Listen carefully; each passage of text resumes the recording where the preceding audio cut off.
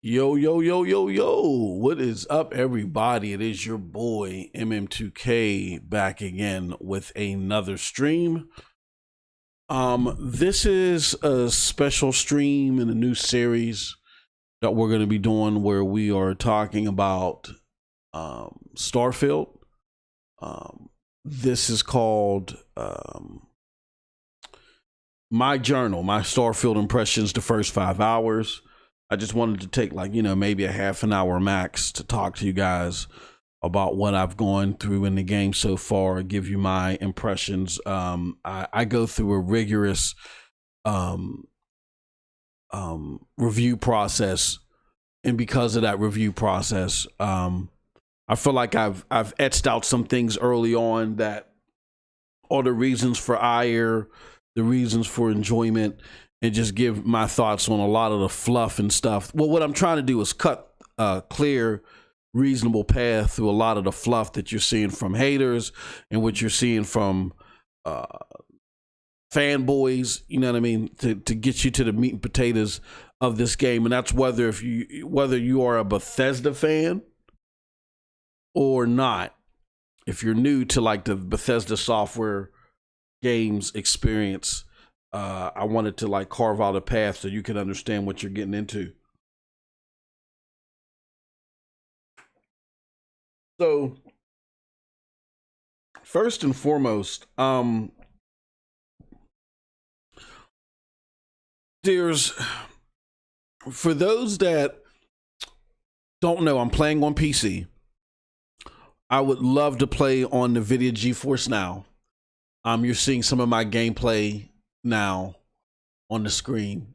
I would have loved to play through NVIDIA GeForce Now, but haven't been able to because it's not available yet, which is a shame, because I really think that is honestly the best way for most people to play it. If you don't have a native 4080 or 4090 card, then I feel like the best way that you could have played this game is through NVIDIA GeForce Now. Now, the thing is that NVIDIA GeForce Now does not allow for modding, right? But it's so powerful that I think with these mods that you're seeing, that you would get around the same performance you would get anyway. Again, unless you have a 4080 or 4090 card natively. If you have a 4080 or 4090 card, then that's the best way to play this game. If you don't have a 4080 or 4090 card, then I think the second best way is through NVIDIA GeForce Now, when it becomes available there. Hopefully that'll happen soon. We'll see. That's all in Microsoft's court. I'm pretty confident that if NVIDIA had a say so in this, it would have launched day and date. It's all up to Microsoft. So I'm playing on PC. I'm not getting a stable 60 frames per second, even though I bumped it down to 1440p. And in order to get those frames, I'm like hovering around between 50, 55. Sometimes it'll spike up to 60, but it's normally like 50, 55, which is fine for me. I start having problems. I start noticing things. I start getting headaches when it's consistently under like 45 frames, where it tends to dip under 45. Once it dips under 45, then that's when, I start getting sick and blurry headed and headaches and all other stuff to where I can't even play it. And I haven't really noticed that until I made my part to the city. So I'm 5 hours in. I just made it to the city. Now I'm noticing that, it's the max is like 47, 48 frames, and it's dipping below 45. So we'll see. We'll see how things go. If I got to just put everything on low, what it is I got to do to keep it like at least at 50. So I've had to add mods in order to do that. I had to add the DLSS 3 mods. The problem is I don't have a 40 series card. So because I don't have a 40 series card, that's why it's dipping so low. DLSS 3, reflex mode, which is better than VSync. or what's that, frame generation? I don't have the frame generation technology, which the frame generation technology is just insane. I think I would get a constant 60 plus, regardless if I had that frame generation capabilities on. I don't, so we'll see. But in combination with the mods and the shaders, it's a pretty good looking experience, as you can see on the screen. It doesn't look bad at 1440p. Just having issues with performance. I'm seeing a lot of conversation too about Starfield with 1 million concurrent users, and you see so many things on one side saying it's fantastic, it's the best game ever. I think David Jaffe came out and said it's his best single player experience ever. Then you have other people that are saying it's mid and it's horrible, this and that.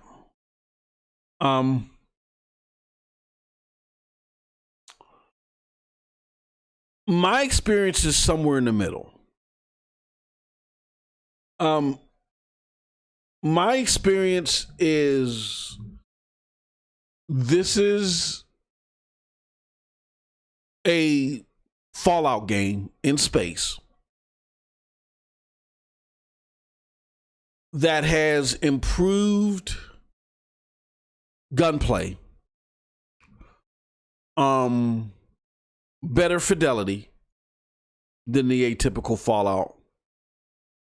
Those are the pros. Better fidelity, better gunplay. But I can see, without even going too deep into the game, I'm only 5 hours in, which is not a lot with a Bethesda game. You can already see that what makes this game different and what's going to cause some red flags to possibly be exposed here and throughout, and why you may hear a lot of ire, is that two integral things have been taken out of this game that are atypical of a Fallout game. I mean, this is a Fallout game, pretty more than in spirit. The dystopian type of wear, the janky, rugged type of spacesuits and stuff that they had. You got a lot of the beat up and the worn stuff. Totally inspired from Fallout, right?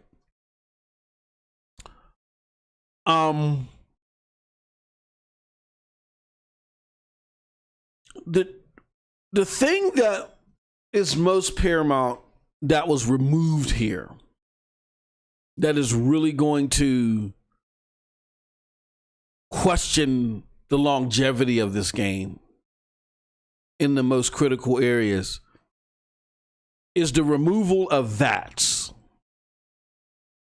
For those of you that are not aware, VATS was the system that allowed you, that when you reacted with the enemy AI, you could target certain parts of the enemy and attack those parts. And what VATS did was two important things. It brought a more strategic RPG-ish element to the game and helped it more move into the RPG space.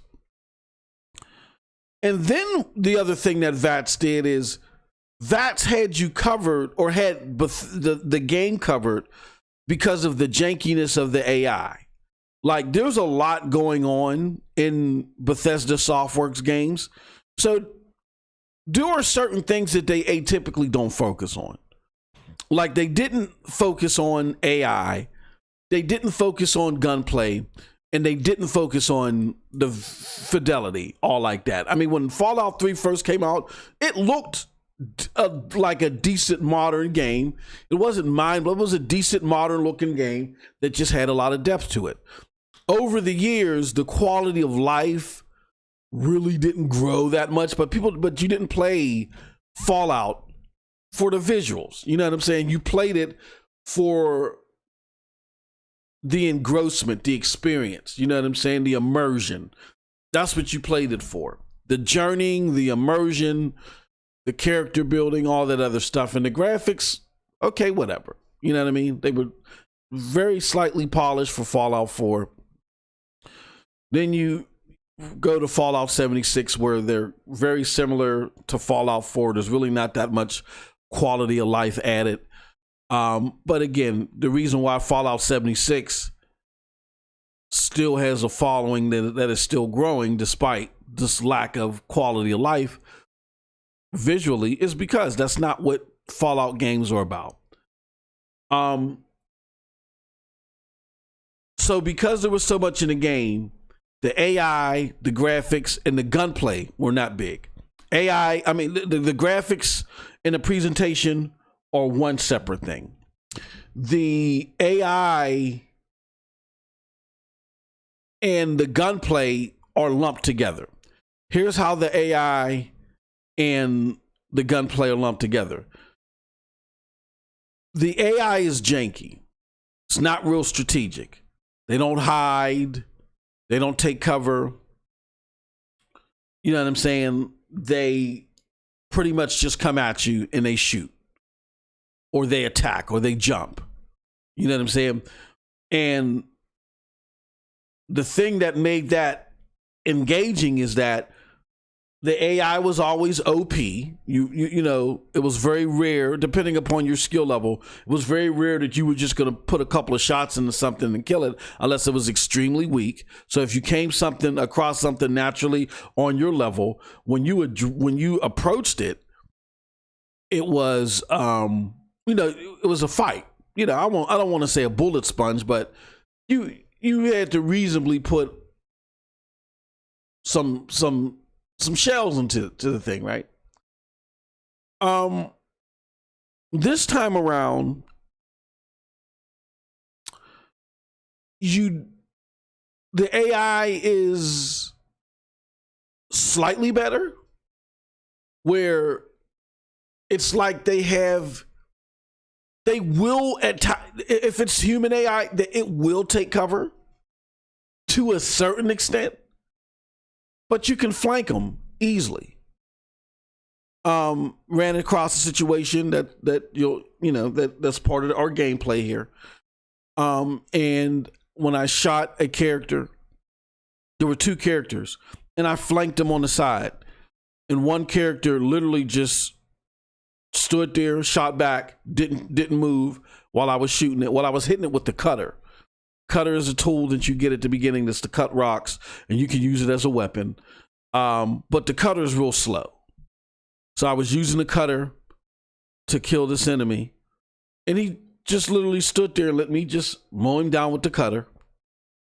And then there was another enemy AI standing next to him. So he literally just sat there. That second enemy didn't even shoot at me. He literally just stood there and waited for me to cut down the guy that's right next to him. Didn't try to take any cover, didn't shoot, didn't do anything. He's just sitting there shooting at the other AI. And then as soon as I killed the guy that was next to him, then he turned his attention to me and didn't move, just shot at me. And I just cut him down with the cutter.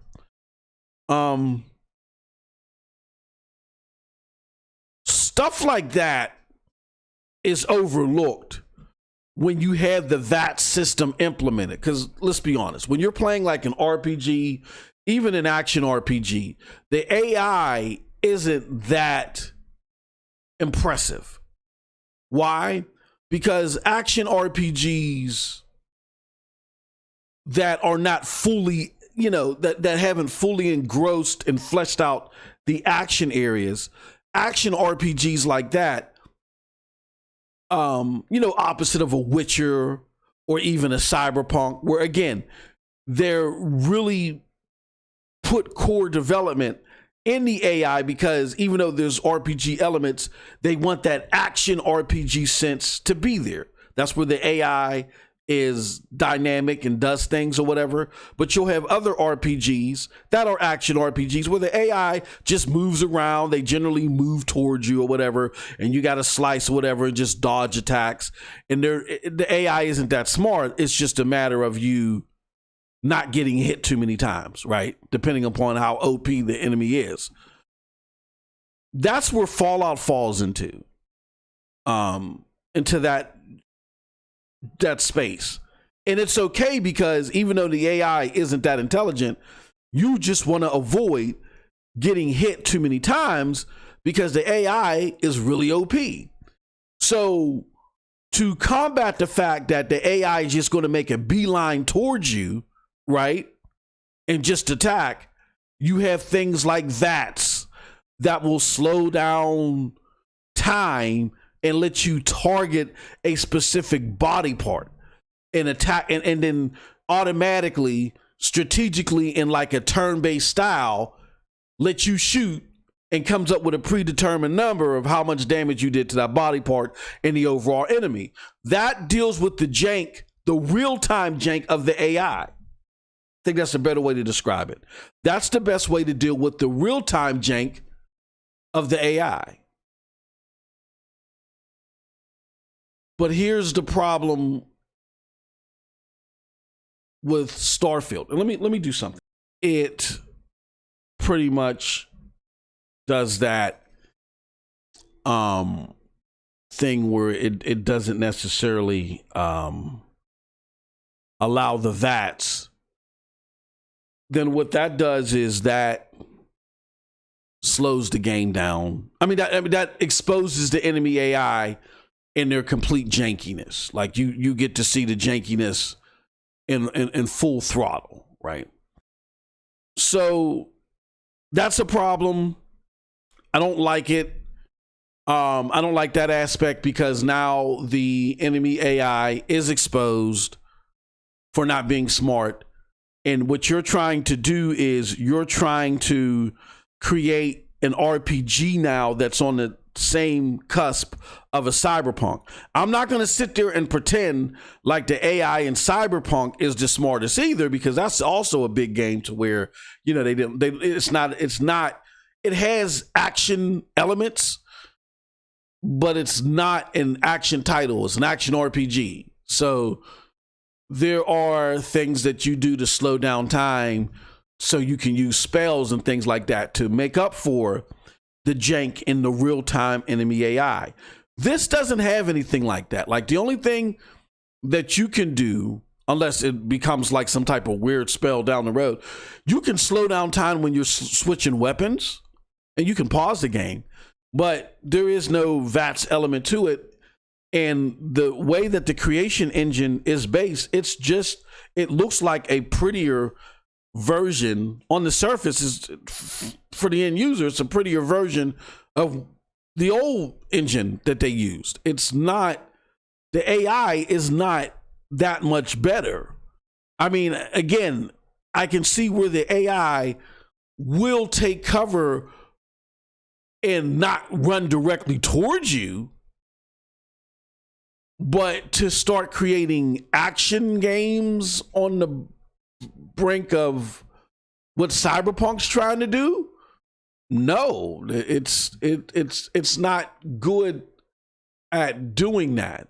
So that's a problem that I see off the bat within the first 5 hours that hopefully can get alleviated. Another problem or red flag, I won't say it's a problem because I don't know how this is going to get fleshed out. Another red flag that I see is that the game, okay, I'll put it like this. There are not 100 planets that you can play on. I repeat, there are not 100 planets that you can play on. I'm going to say it one more time. There are not 100 planets that you can play on. There are not. Here's what you do have.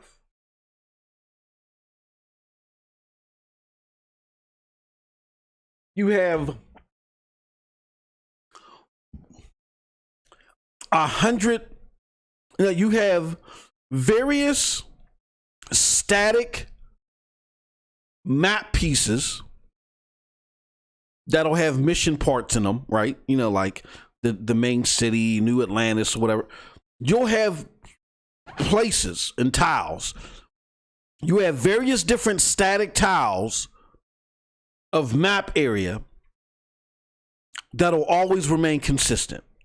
You have that. And those map areas are splinted over various locations. You also have AI generated areas that are also splintered over those 100 locations that have 100 different settings of tiles that are AI generated. That's what you have. You don't have a fully connected planet that you can roam from one location to the next. You have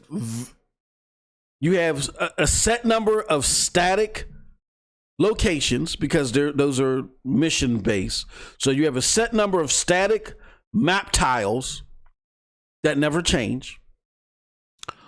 And you have a variety of AI generated tiles that can be created that have 100 different settings to it. A planet represents a setting. What do I mean by a setting or a template? That's probably a better way to describe it. A planet represents a template.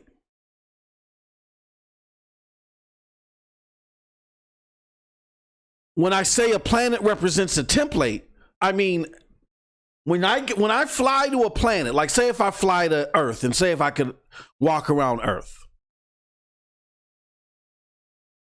All that is a set of tiles that uses a AI generated tiles that uses a template of, okay, this is supposed to be the terrain and the stuff that's on Earth. So when you generate these tiles that wherever he lands on, these are the elements that you use. When you go to this space over here, these are the tiles that it's not one consistently static planet.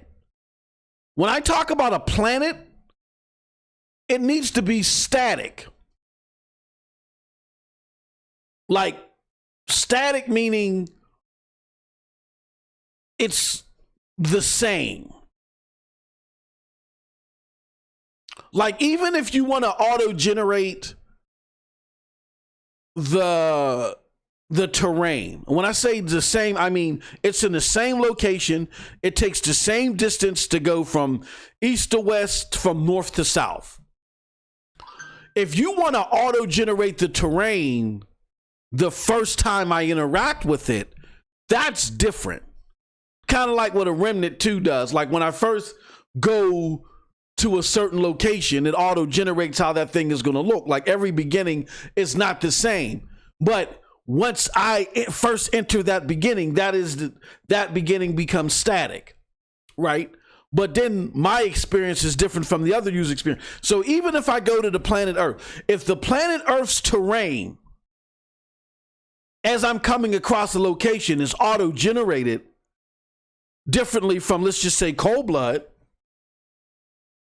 or Mr. Reaver the Beavers, that's fine. That's true auto-generation.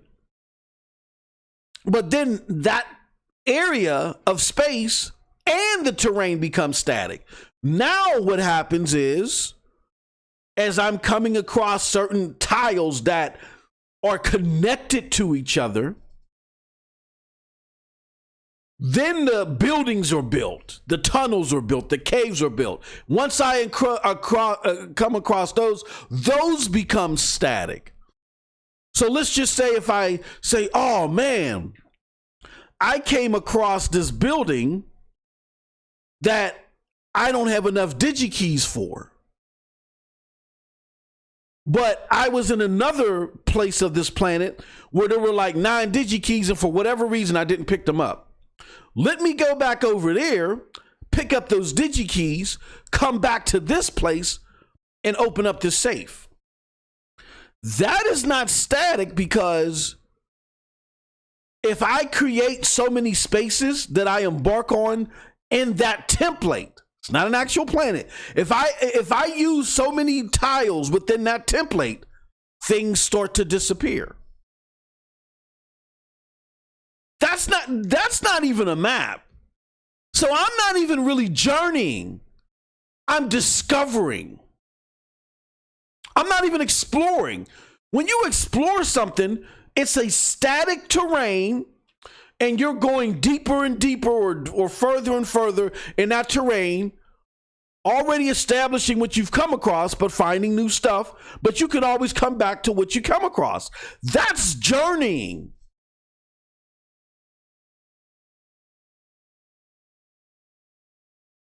You're in a constant discovery thing to where that may sound cool on the surface, but that's not journeying. That's not saying, look, that takes away the strategic sense. Because again, I could run into a situation where I'm in a building. This happens all the time in Fallout type of games. I'm in a building. Oh man, I couldn't open that safe. Let me go here. Like I said, let me go get these DigiKeys. Let me come back. But on my way back, I might come across something else. So I might open up a new you know what? Let me go check out this side. Let me just veer off over here for a little bit. Everything has to be transactional in this game, where if you're dealing with a straight up terrain, A to Z terrain, it doesn't have to be transactional. I got to go here because if I go somewhere else before I go here, I might erase that over there. If I go to, like, you know what I'm saying? I went to A and B, started off in A, couldn't finish A, went to B, but now I found resources in B that'll help me out in A. But if I go to C and D, I might erase A. That's not a map. Those are tiles and templates. And the reason why I bring that up is that is a complete deviation from the Fallout experience. Which was integral to the Fallout experience is the journey, not just discovery. A journey involves finding new places and establishing what's in old places. Because you might come across an old place that requires you to go get something from a new place, then come back. But you don't have to make a straight beeline. You can go from A to C, then B, then back to D, then back to A. You know what I'm saying? That's journeying. Journeying includes the static placement of what you come across versus what you're going to explore. Now, if they want to auto-generate what you're going to explore before you get there, that's fine. That's awesome. And that improves the replayability. But what you have here is just full dynamic activity. That takes away from the strategic sense of everything.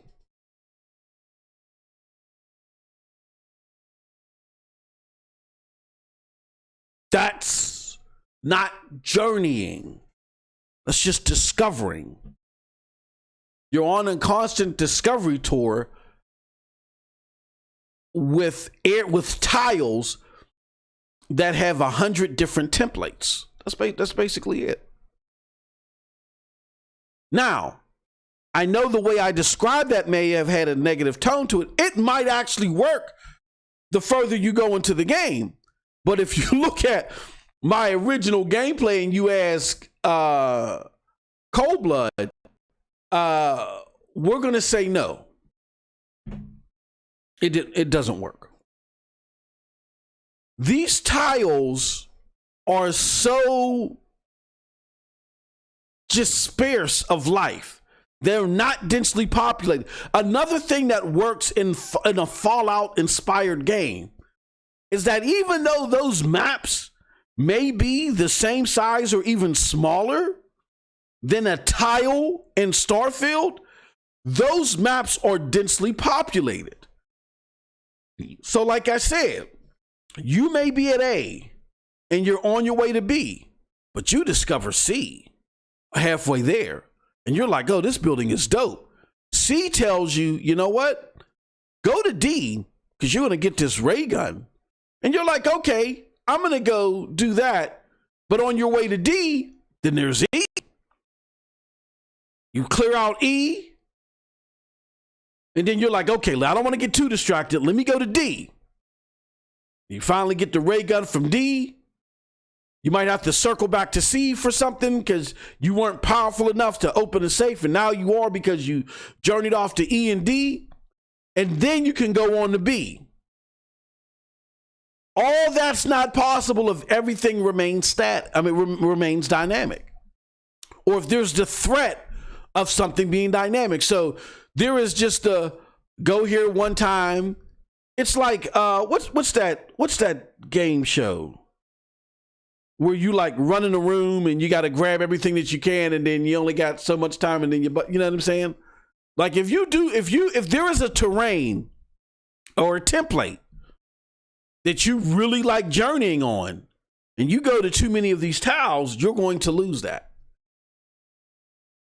And it's very easy to do that because it's not like the tiles are densely populated with buildings and structures. Like this one tile that was Cold Blood was there, and he was like, "This is boring to watch. I'm walking for minutes." And this one tile had like maybe 4 structures, and they're spread all over the place. And in between there's maybe a couple of creatures or whatever, and things for me to scan. It was, you know what I'm saying? It was just dumb. It was dumb. Now, I expect there to be certain tiles that'll be more densely populated, especially the tiles that are mission based. But so I know I said I was only going to do 30 minutes. Let me just quickly go over my current review of the game. So where I'm at, I'm like 5 hours in the game. The last thing I did is I finished the Crimson Tide prologue, where I dealt with that a certain way. And I said, oh, visuals and character models improve as far as the visual implementation. This is what I ranked it. I said, okay visuals and character models, improvement over previous BSG titles, however, nothing stellar, right? I gave product placement a 7, where I say the game is advertised as the culmination of BSG into space exploration. It's already missing VATS, which was integral to a strategic action experience. The space battles play like some side game. I didn't enjoy the space battles. I didn't get into that. It just felt like a side game. I didn't like that. Again, that was just the introduction to them, but I was not impressed by the space battles at all. Just felt like if my character walked up to a fake arcade cabinet and tried to play some old school space game. The planet journeying early on was an extreme bore. So what I'm basically saying there is, look, this game was advertised as XYZ. I don't feel that. I feel ABC, but we're early on. Gunplay is, and as far as game depth reason, gunplay is okay. Limited by the unstrategic nature of the enemy AI.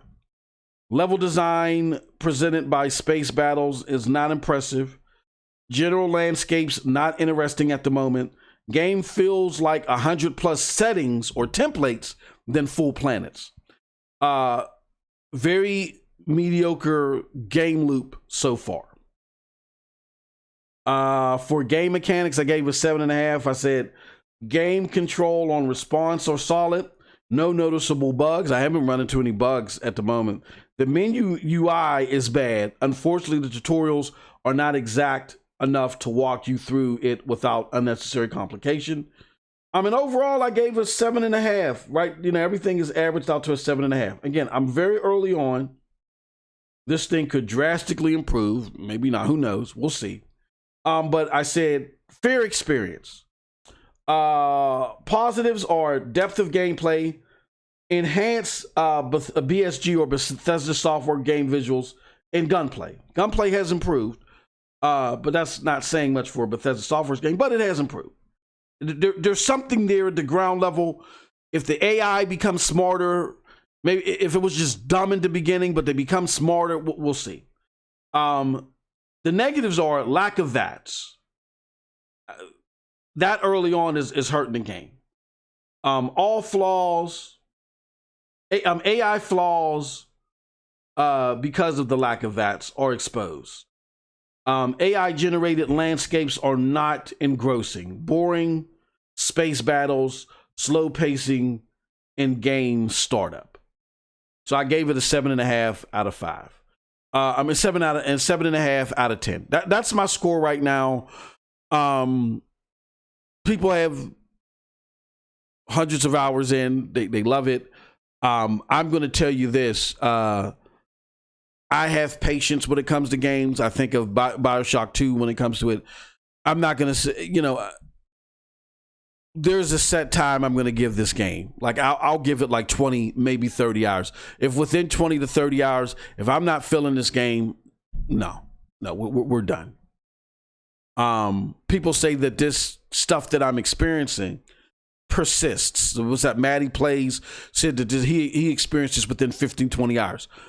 I think normally 10 hours is enough for a game to get to a sweet spot, because I'm reviewing this for the average gamer that is into these type of games, these AAA genre defining games.